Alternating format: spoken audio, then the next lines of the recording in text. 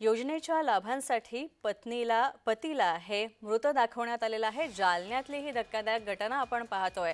जालन्यातील महिलेच्या पतीनं या संदर्भात जिल्हाधिकारी कार्यालयामध्ये धाव घेतलेली आहे आणि जिल्हाधिकाऱ्यांकडेच त्यांनी आपली कैफियत मांडलेली आहे। 8 वर्षांपासून महिला ही निराधार योजनेचा लाभ घेते आणि घनसंगवी तालुक्यामध्ये सिद्धेश्वर पिंपळगाव इथं ही धक्कादायक घटना घडलेली आहे।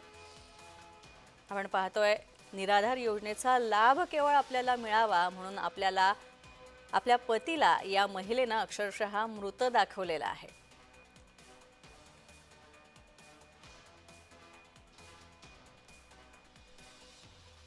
मी या तहसील कार्यालयाला एक अर्ज दिला की माझी पत्नी मी जिवंत असताना मी विधवा आहे असं म्हणून 2008 सालापासून शासनाची दिशाभूल तिनं केलेली आहे।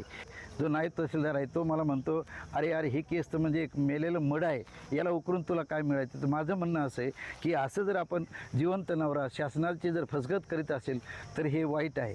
दिशाभूल शासनाचे असं करता कामा नये। विधवाबाईने खऱ्या अर्थाने पगार घ्यावा, तिला शासनाने द्यावा, पण हिचा मी नवरा आहे आणि मी नवरा या नात्याने सगळ्याच ठिकाणी एवढे अर्ज करून या कार्यालयाने सदरील सर्व कागदपत्रकाला केराची टोपली दाखवलेली आहे।